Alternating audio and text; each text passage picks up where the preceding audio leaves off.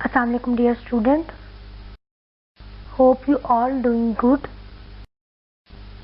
आज हम unit number 6 start करेंगे जिसका नेम है environment and it's feeding relationship.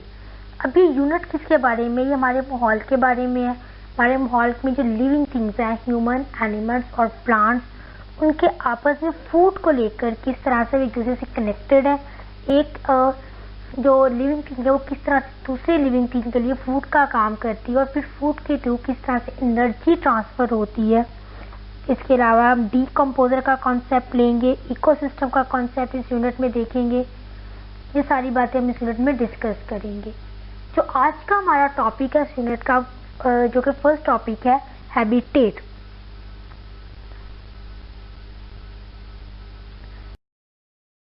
सबसे पहले हम बात करते हैं कि हैबिटेट है क्या। इसकी डेफिनेशन देख लेते हैं।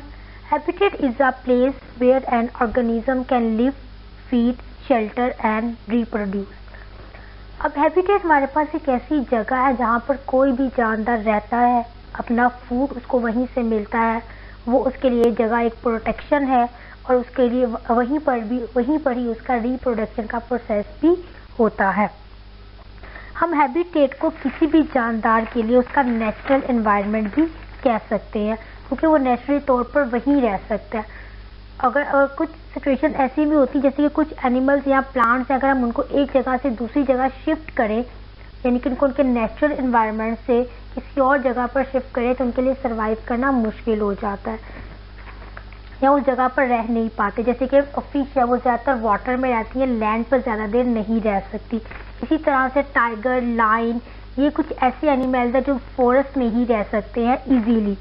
हम ह्यूमंस हैं, हम या तो अर्बन एरियाज में रहते हैं या रूरल एरिया में रहते हैं, हम फॉरेस्ट में नहीं रह सकते। तो ये जो अर्बन और रूरल एरिया, ये हमारे लिए हमारा हैबिटेट है।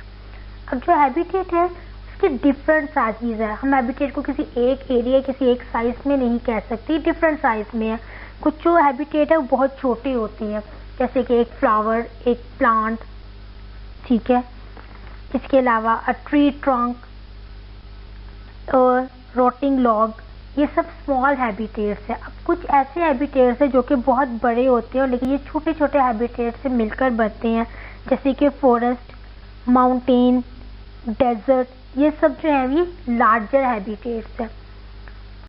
अब यहाँ पर हम कुछ हमारे पास कुछ पिक्चर्स हैं जो कि डिफरेंट हैबिटेट की हैं, और ये हैबिटेट ज़्यादातर लार्जर हैबिटेट्स है, जैसे कि माउंटेन, पहाड़ी इलाका, पहाड़, इन सबसे फेमिलियर है।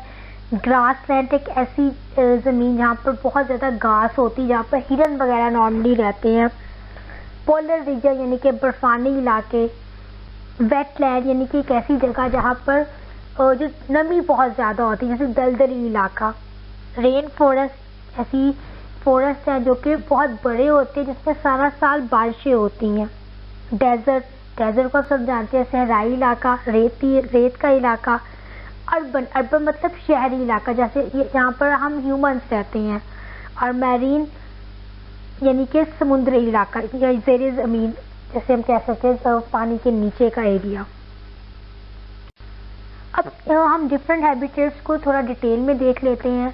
इनमें लार्जर भी होंगे और स्मॉल भी होंगे। इनमें सबसे पहले हमारे पास डेजर्ट हैबिटेट। डेजर्ट से आप सब कहीं ना कहीं फेमिलियर हैं।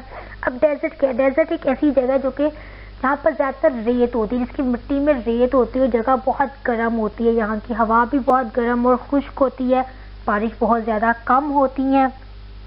और ज़्यादातर जो एनिमल जो कि डेजर्ट में रहते हैं वो पूरा दिन सो के गुजारते हैं, जो उन्होंने अंडरग्राउंड जो अपनी जगह बनाई हुई होती है वहाँ पर रहते हैं। और रात को क्योंकि थोड़ा इलाका ठंडा हो जाता है, वो रात को बाहर आते हैं।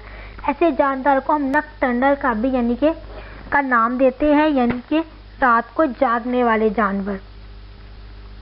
अब यहाँ पर जो जैसे कुछ ऐसे प्लांट्स भी हैं जिनके जो लीव्स होते हैं वो बहुत थिक होते हैं। वो लीव्स थिक क्यों होते हैं? ताकि वो ज़्यादा से ज़्यादा पानी को अपने लिए स्टोर कर सके। और यहाँ पर जितने भी हमारे पास एनिमल्स होते हैं वो मोस्टली अपने फूड से ही अपना पानी लेते हैं। और कुछ ऐसे एनिमल्स भी हैं जो कुछ दिनों के लिए वाटर को अपने अंदर स्टोर कर सकते हैं, जैसे कि कैमल। यहाँ पर कुछ क्लियर पिक मैं आपको दिखा देती हूँ जो कि डिफरेंट डेजर्ट हैबिटेट में रहने वाले कुछ एनिमल्स और प्लांट्स की। इनमें सबसे पहले हमारे पास आता है किंग बर्ड। फर्स्ट जो बर्ड की पिक है वो है किंग बर्ड। नेक्स्ट है हमारे पास लेपर्ड लिजर्ड, उसके बाद है जैक रैबिट, फिर है हमारे पास iron wood tree. Iron wood tree से ज़्यादा फेमिलियर ना हो, ये ऐसे दरख्त होते हैं जो कि साइज में थोड़े लंबे और बड़े होते हैं। इसके अलावा इनके जो ऊपर का जो टॉप है ऐसे दरख्तों का, उनमें पत्ते नहीं होते, ज़्यादातर गिर जाते हैं, जबकि नीचे का एरिया उसमें बहुत ज़्यादा लीव्स होते हैं। उसके बाद हमारे पास कैक्टस का प्लांट्स है, और सबसे नीचे जो फ्लावर की डायग्राम है वो है डेजर्ट सैंड बर्बीनिया। ये फ्लावर पिंक और पर्पल कलर में होते हैं, ज़्यादातर डेजर्ट में पाए जाते हैं। तो ये हमारे पास कुछ एनिमल्स प्लांट थे जो कि डेजर्ट में पाए जाते हैं। अब नेक्स्ट हम लोग देखते हैं, हमारे पास ग्रुप है salt water habitat. Salt water यानी कि नमकीन पानी। अब नमकीन पानी ज़्यादातर समुद्र में पाया जाता है, यानी कि अब हम कुछ ऐसे एनिमल्स देख लेते हैं जो कि समुद्र में पाए जाते हैं। इनकी अपनी कुछ कैरेक्टरिस्टिक्स होती हैं। फिश वगैरह उनके फिन्स होते हैं जिससे वो पानी में इजीली स्विम कर सकती हैं।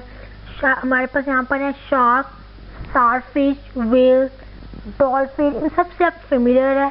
लॉबस्टर, लॉबस्टर हम झींगों को कहते हैं।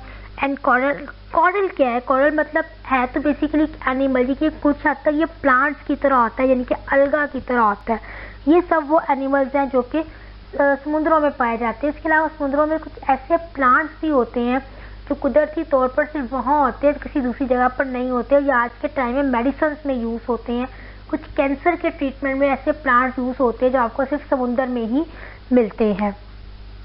ये दोनों जब भी हमने ग्रुप देखे, ये लार्जर हैबिटेट के ग्रुप। अब हम एक स्मॉलर हैबिटेट की एग्जांपल देख लेते हैं, जैसे हम कहते हैं रोटिंग लॉग। अब ये रोटिंग लॉग क्या है?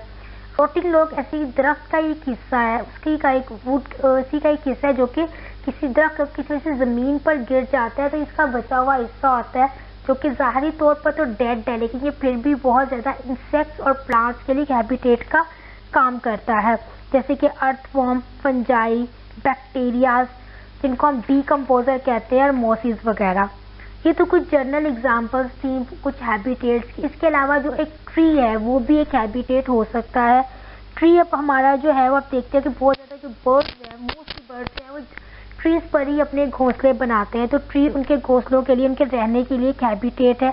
इसके अलावा बहुत ज़्यादा कुछ इंसेक्ट्स जो हैं वो अब दरख्तों पर पाए जाते हैं और वहीं से अपना फूड लेते हैं। कोई गिलहरी वगैरह जिन्होंने अपने घर भी दरख्तों के अंदर बनाए हुए हैं वो वहीं पर ही रहती हैं। इसके अलावा mosses, lichens and some other plants जो हैं वो दरख्तों के ट्रंक पर ही ग्रो करते हैं। तो ये थी हमारे पास कुछ एग्जांपल्स हैबिटेट से रिलेटेड। उम्मीद है कि यहाँ तक आपको हैबिटेट का कॉन्सेप्ट क्लियर हो गया होगा और आपके कुछ प्रॉब्लम्स भी सॉल्व होंगे। कि बुक में पेज नंबर 56 पर आपके पास ये टॉपिक है, एक दफ़ा प्रॉपर रीडिंग कर ले। वहाँ से हम कोशिश करेंगे कि टॉपिक के साथ साथ उनसे रिलेटेड क्वेश्चन भी सॉल्व करते जाएं। तो हमारे जो हमने टॉपिक आज पढ़ा हैबिटेट, उससे रिलेटेड हमारे पास 2 क्वेश्चन हैं जो कि आपके इसी चैप्टर के एक्सरसाइज में गिवन है। क्वेश्चन नंबर 1 है व्हाट इज़ हैबिटेट, जिसका आंसर नीचे मैंने मेंशन कर दिया है।